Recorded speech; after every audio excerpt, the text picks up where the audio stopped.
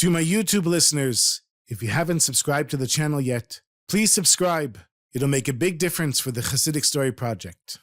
This is the Chassidic Story Project with Barak Hullman, podcasting from Jerusalem, Israel. This podcast is sponsored by listeners just like you. To become a supporter of this podcast, please go to HassidicStory.com, HASIDIC story.com. You'll never know, you'll never know, you'll never know, you'll never know. Many years ago, there was a Jew who rented a tavern from a graf, a duke, landowner, who owned all the property where this Jew lived. And unfortunately, one of the reasons that the taverns were rented out to the Jews was because it wasn't such a great business. The goyim would come, insist on drinking, and since it was a Jew, and in those days Jews didn't have any rights, they simply wouldn't pay. But the landlord would insist that the tavern be open. So the Jew had to go buy more vodka and whiskey and keep the tavern open, even though people weren't paying him. And so 2 years passed, and this Jew ended up 2 years of rent in debt. And the landlord wasn't very happy. He didn't like Jews to start with, and he certainly didn't like people who owed him money. And he threatened this Jew that if he didn't pay the full 2 years by the end of the month, which was the beginning of the third year, then he would throw his wife and his children into a dungeon deep underground, lock the door, and never come back again. And this is what happened, unfortunately, to many families back in those days. And so this Jew was a little panicked. He was pacing around the room, saying to his wife, "Where am I going to get 2 years of rent? We don't have enough money to make ends meet. I don't have any way of getting any money. Business is still bad. Nobody's going to lend me that kind of money." And as each day passed, he became more and more stressed. And he could also see the fear in the eyes of his wife and children. And no matter what he did, he couldn't come up with another idea. He didn't know what to do. And then his wife said, "You know, my dear husband, there's a rabbi who people say he can do miracles. And he doesn't live so far from here. Why don't you go to him and ask him for advice?" And the husband, who was a little bit of a scholar, was a very reasonable and logical person. He said, "Listen, my dear wife, maybe fools and idiots go to that rabbi, if he even is a rabbi. But I'm an educated person. There's no way that I'm going to go to that Baal Shem Tov rabbi. I'm not a fool like them." Another few days passed, and he was losing sleep at night, and his wife kept saying, "Go to the Baal Shem Tov.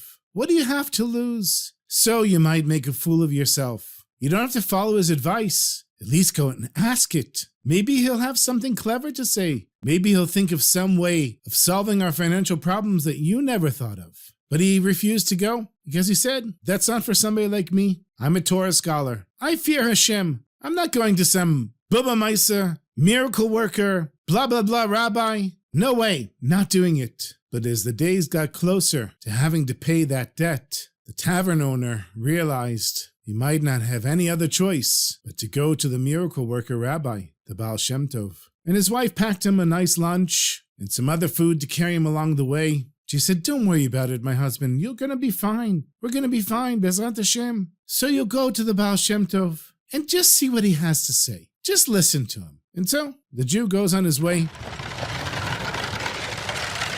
And when he reaches Mezhibuz, he sees there's signs to the Baal Shem Tov. And he goes to the Gabbai, to the secretary, and he says, "I'm here to see the miracle-working rabbi." And the secretary says, "Have a seat. You'll be called when it's your turn." And he's sitting there watching people go into the Baal Shem Tov's room. Some come out happy. Some come out crying. Some come out looking like they're shocked. And finally, it's his turn. He's called into the room. And he looks at the Baal Shem Tov, and he thinks to himself, "I don't know if this guy is for real. Doesn't look so special to me." The Baal Shem Tov says to him, "Please sit down. Tell me what's your story." So he says, I rent a tavern. I owe 2 years of rent. The third year is coming and I still don't have any more money. And I don't know what to do. I'm at my wit's end. I can't figure anything out. And the truth is, I'm not a believer in you. I don't believe in miracles and miracle workers. But I'm so desperate, I'll even come to somebody like you. So the Baal Shem Tov says to him, "First of all, you should know that anything I say to you is not coming from me, but it's coming from a Kadosh Baruch Hu. And Hashem has enabled me to have a holy vision in this world, be able to see things. I don't do miracles. Only Hashem can do miracles. So the tavern owner says, okay, very nice. That's a nice lecture. What advice do you have for me? The Baal Shem Tov says, Sunday morning, I want you to go to town, to the marketplace. And when you see a non-Jew peasant come and approach you and offers to sell you something, buy it immediately. Doesn't matter what it is, how it looks or how it smells. Doesn't matter how much it's worth. Doesn't matter how much money he asks from you. Just buy it and then come here and I'll tell you what to do with it. So he says, okay, thank you, Rabbi. And he goes back home. And the first thing his wife says, no, how was it? What did the Baal Shem Tov say? And he said, the Baal Shem Tov said that I'm an idiot and I like listening to idiots. And this was the stupidest thing I ever heard in my whole life. She says, really? That's what he said to you? He said, no. He told me to go to the market on Sunday when the market is closed and to buy something from some peasant for whatever price he asks. And I have no idea and I don't understand what to do. So Sunday morning came and his wife wakes him up. She says, good luck, my husband. Take our last gold coin and go to the marketplace and buy whatever's coming your way. And reluctantly, he takes the last coin that they have and he goes to the marketplace and it's completely deserted. Because of course it's closed and nobody's there. And he's standing there thinking, what a fool I am. This whole thing is ridiculous. And then in the distance, he sees a farmer dressed in sheepskins, not so clean, clearly not Jewish. The farmer approaches the Jewish tavern owner. He says, hey, you want to buy something? And the Jew says, okay, what do you have to sell? So he takes a sheepskin off of his shoulder. He says, it's a sheepskin. He says, I know it's a sheepskin. Why are you selling it to me? He says, because it's very special. Take a look. And the tavern owner looks at the sheepskin. Not only does it not look special, it doesn't smell very good. It looks old and ragged. Why would anybody want this thing? But he says, okay, how much is it? And the farmer says, 1 gold coin. And the tavern owner reaches into his pocket, pulls out 1 gold coin, the last of all of his money, hands it to the farmer, who flips it in the air, puts it in his pocket, pats the Jew on the back and says, you got yourself a great deal. Thank you, Jew. Goodbye. And the farmer walks away. And then the tavern owner, he's looking at this disgusting old sheepskin. And he says, what did I do? I just gave away my last gold coin for this. He starts shouting for the farmer, hey, get back here, I want my money back. But no matter what way he looked, he couldn't find the farmer. The farmer had disappeared. Just like he had showed up, he had disappeared. When he got back home, his wife said, my husband, how did it go in the marketplace? He looked at her. He said, it's your fault. You did this to me. She said, what do you mean? What happened? He shows her the sheepskin. And he says, look at this disgusting, ratty sheepskin that I bought for a gold coin. The last money that we had. The wife was calm. She took the sheepskin. She looked at it this way and that way. And he said to her, it stinks too. So she said, don't worry, my husband. I'll wash it. I'll make it smell really nice.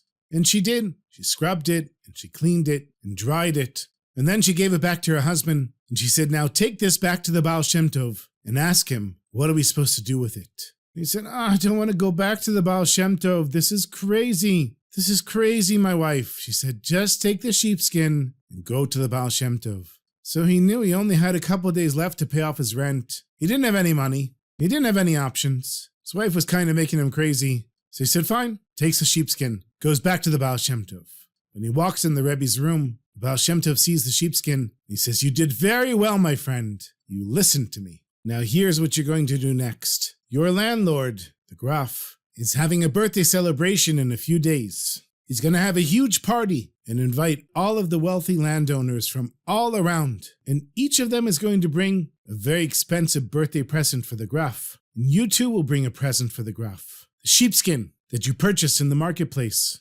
This tavern owner was in shock. And he says, Rabbi, please, you mean to tell me that this disgusting thing that smelled so bad that my wife had to wash it, I'm going to take to a nobleman when all of his friends are giving gifts and present it to him? And the Baal Shem Tov says, exactly. I knew you were smart. Now go and be successful in your mission. So the first thing he did when he got back home was tell his wife, you and the Baal Shem Tov are out to kill me. She said, calm down, my husband. What did the Baal Shem Tov say? He said, he wants to kill me, and you also want to kill me. She said, don't be ridiculous. What did he say? So he said, I'll tell you what he said.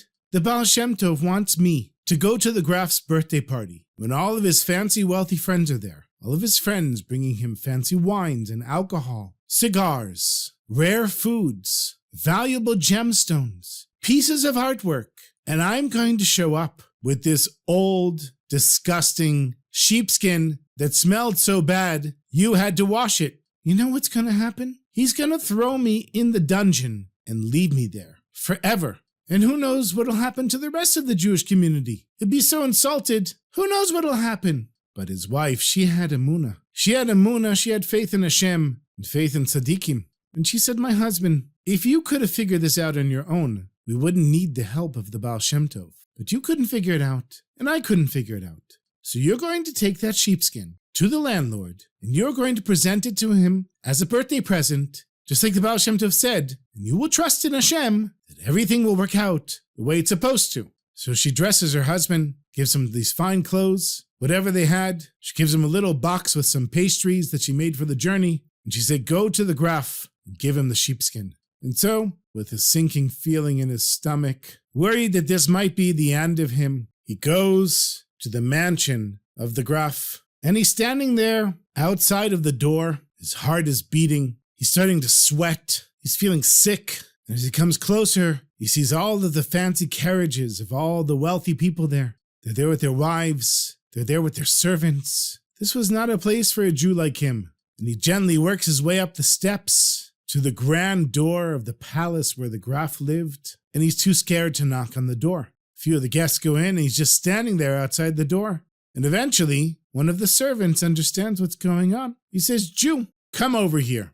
And this poor Jew, he looks at the servant and he says, what do you mean? He said, you've been standing here for a while. Do you have a present for the graf? He says, a present? I don't know. The servant says, what's that you have in your hand there? A sheepskin? He starts laughing. A sheepskin? You're going to present a sheepskin to the graf? This is going to be good. We're going to have a skewered Jew. This is some party. Grabs the tavern owner. He says, come, my friend. Let's go present your special gift to the graf on his birthday. And he walks him into the party.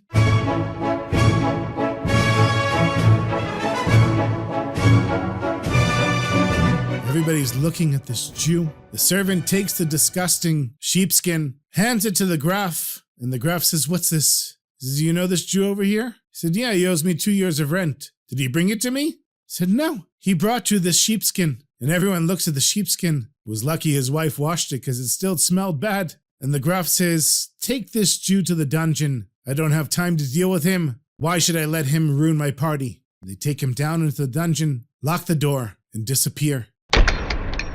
And he knew all along this was what was going to happen. He said, my wife wants to kill me, the Baal Shem Tov wants to kill me, and here I am, stuck in the dungeon, underground, and no one will ever come back to see me again, and I'm a dead man. And a couple hours pass, and the graf is drinking, and dancing, and eating. And he said to himself, why would that Jew bring me an old, disgusting sheepskin? You know, it's true that Jews are cheap and disloyal and greedy, but one thing Jews are not.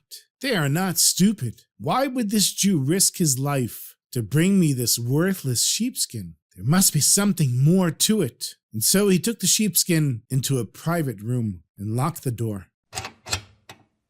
And he's looking at it from different angles. And he takes it and he rolls it out on his table. And he notices that on one side, there's the shape of a letter. And then he sees there's another letter. And then he turned it in such a way that he could see all of the letters. And it shocked him to see that it spelled his name, his father's name, his family name, and the day, month, and year when he was born. The graf was looking at this and he said, this can't be done naturally. Nobody could do something like this. This is a miracle. This sheepskin is a miracle. He runs out of the room, goes back into the party, and tells everybody, take a look at the sheepskin. And he holds it up so everyone can see the letters. And they see it, and they start applauding.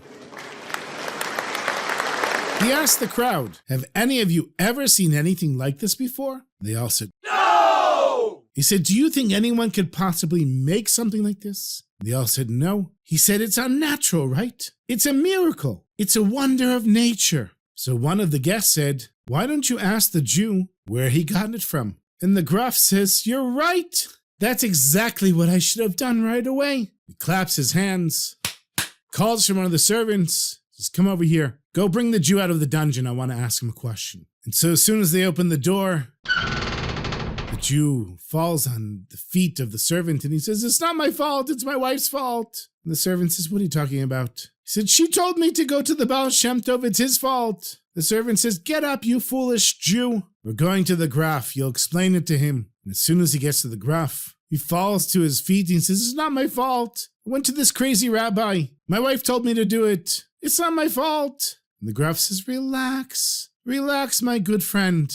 And the Jew says, "My good friend? What do you mean, my good friend?" He said, "This rabbi of yours, whatever his name is, he's indeed a holy man. And your wife must be a very special woman to have faith in such a special man like him." So the tavern owner, he stands up and he says, "What do you mean?" And the graph says, "You don't know what gift you brought to me?" He said, "No, I really have no idea. I just followed the instructions of the rabbi." So the graph said to him, "Take a look." And he unrolls the sheepskin, and the Jew sees with his own eyes the names and the dates, and something completely unnatural, something that could never be done by a human being. And the graph says, "This is the greatest gift I ever received. You know, all these fools over here, sure, they have lots of money, but we all drank good wine and we all ate good meat. And how many gemstones and gold can a person have? But a gift like this, no one could ever give me a gift like this, but you did. And so, I want to give you a gift. I'm going to wipe out all that debt. You'll have to pay me next year, but the last 2 years, don't worry about them. And also, I have so much gold and silver, I want to give you some." And he has one of the servants bring a bunch of gold and silver to this Jew. And some of the other wealthy guests were so impressed by this beautiful gift. They also wanted to give gemstones and gold and silver and all kinds of gifts to the tavern owner. And he left a wealthy man. His debt had been wiped out, and he had more money than he could ever imagine. He came back home, and the first thing his wife says is, "No, my husband, how did the advice of the Baal Shem Tov work out?" And he sat down, slumped on a chair, and he said, "My wife, you are such a good wife. I lacked so much emunah. I lacked so much faith in Hashem, faith in you, and faith in the Baal Shem Tov. You were so right. I never could have figured something like this out on my own. It was only thanks to you and the Baal Shem Tov that my life has changed." And the graph, he had the sheepskin framed in a special, beautiful wood frame. And every year on his birthday, he would have it brought out and presented at his celebrations. And every year, he would remember the gift that he received from this Jew that no one else in the world could ever give him. And out of his gratitude, he would always send a gift to the tavern owner. And this Jew, now having a lot of money, invested the money, bought more real estate, bought farmlands, began a distillery, became more and more wealthy. And he became one of the biggest supporters of the Heilige Baal Shem Tov. Whenever somebody would come to this Jew for advice, he would say, "Go to the Baal Shem Tov." And a lot of his friends would say, "I don't believe in Rebbes. I don't believe in tzaddikim. I'm a God-fearing Jew. I just talk to Hashem and that's all I need to do." And this Jew would say, "I was once like you, and I also lacked faith. But just look at all the blessings that I have. Push that aside. Put your faith in Hashem and his tzaddikim."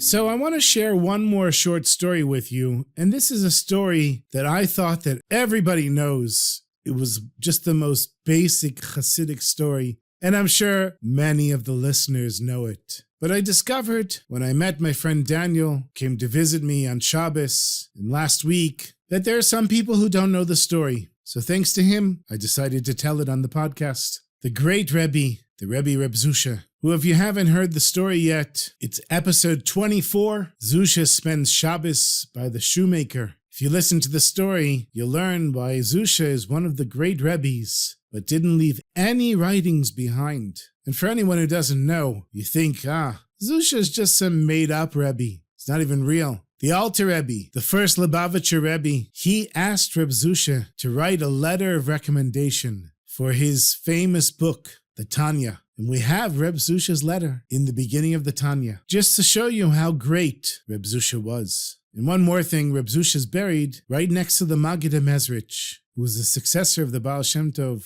and you've got to be pretty holy to be buried next to Reb Zusha or the Maggid. Reb Zusha was at the end of his life, and he could tell that he was about to leave this world. And the Chassidim are standing around Reb Zusha saying, Rabbi, when you get to the world to come, you're going to have such a great reward for what you accomplished in this world. But Reb Zusha said, Zusha's worried. And the Chassidim said, Zusha's worried? Zusha, you're one of the greatest tzaddikim that ever lived. And Reb Zusha says, Zusha will tell you what Zusha's worried about. Because as you know, Reb Zusha always referred to himself in the third person, because there's only one I, Anochi, and that's HaKadosh Baruch Hu, that's Hashem. So the Chassidim said, Reb Zusha, tell us, what are you worried about? And Zusha says, when Zusha gets to the world to come, Zusha is not worried that they will ask him, were you like Avraham Avinu? And Zusha said, because Zusha is not Avraham Avinu. And Zusha is not worried that in the world to come, they'll ask Zusha, were you like Moshe Rabbeinu? Were you like Moshe, our teacher? Zusha's not worried about that. So the Chassidim said, so okay, Zusha, what are you worried about? And he said, Zusha is worried. They will ask Zusha, were you like Zusha? Were you like the neshama that when Hashem created the world, he had you in mind? Did Zusha live up to his fullest potential in this world? That's what Zusha was scared of. And that's what we all have to learn from this story. The lesson that I get out of this is that I don't have to worry. Was I like the Lubavitcher Rebbe? Was I like Reb Shlomo Carlebach? Was I like any of the great people? I don't have to be like them. I have to be Barak Hullman, the soul that was put in this body and given the talents that I was given. I have to use them to my fullest during my time in this world, so that when I get to the world to come, they're not going to ask me, were you like Reb Zusha? They're going to ask me, were you Abba Barak ben Kalman Dov Ber Vebatya? Were you the soul that Hashem had in mind when he created the world? It takes a lot of self-confidence to be yourself, my friends. I've seen people look at tzaddikim and try to emulate them. I've seen people look at other people that are not them and try to be like them. It's good to learn from people, but always be yourself, because you are something unique in the world, that all of creation had to come about, all of it, in order for you to exist. And so I bless you, my sweetest friends, and bless me back. We take advantage of our time in this world. When we get to the world to come, we're able to say that I was who I was supposed to be.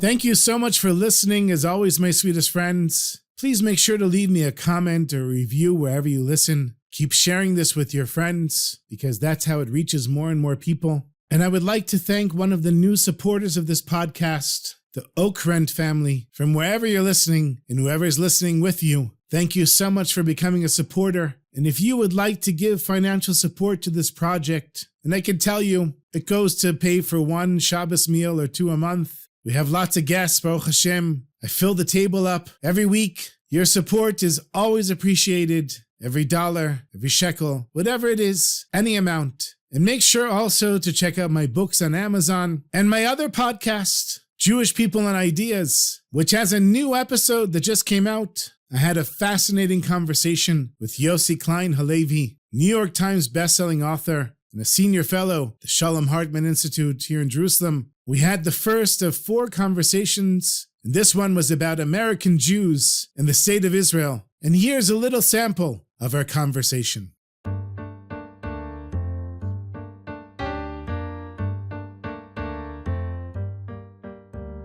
Yossi Klein Halevi is a senior fellow at the Shalom Hartman Institute in Jerusalem. He is the author of the New York Times best-selling book, Letters to My Palestinian Neighbor, and Like Dreamers, which won the Jewish Book Council's Book of the Year.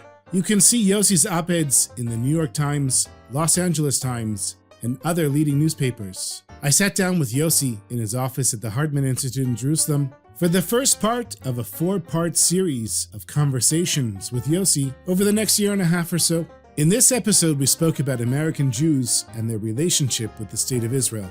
Amongst the topics we discussed were who exactly is the American Jewish community, the rift between that community and the State of Israel, what role Israel should play in the lives of American Jews, how much influence American Jews should have on the State of Israel, and much more. There's a quote from you. There are no longer books published with the titles Jews Fight Back. If anything, the critique is that we've learned to fight too well. Jews are no longer criticized as cowards, but now we're aggressors. To have moved from the world symbol of cowardice to the world symbol of aggression in 2 generations is one of the greatest accomplishments in Jewish history. It's a great quote, Yossi. I tell you, if it was short enough to put on a t-shirt, I'd be wearing it right now. So, what is it? I thought that organized anti-Zionism had disappeared. Exactly when did what I you say said. that? In your talk recently, the one over the summer, you said the Bund and the American Council for Judaism and the anti-Zionist wing of the Reform movement. I thought these things had disappeared. So what does it say about American Jews that anti-Zionism in an organized way is back? Jewish anti-Zionism exists as a non-Satmar Neturei Karta force, really only in the American Jewish part of the diaspora. So the question is, what is it about the American diaspora specifically that lends itself to a resurgence of anti-Zionism? I think partly it's the fact that American Jews really feel at home. And in other parts of the diaspora, Jews are nervous, permanently nervous. And they know that Israel is their get out of jail free card. Yeah. So American Jews really internalize the idea that Israel is a refuge for other Jews. And I think that that's true. I think it's true even now, even with an undeniable change in the rise of anti-Semitism. American Jews are really the first diaspora that's fully at home. Mm-hmm. So I think that there's a certain laziness that American Jewish anti-Zionists apply to Israel because it's from a place of comfort and security. And so when I hear certain people speak about certain American Jewish anti-Zionists speak about, well, you don't need a Jewish majority anymore. You can have a binational state, or even if it comes to it, live under majority Palestinian rules.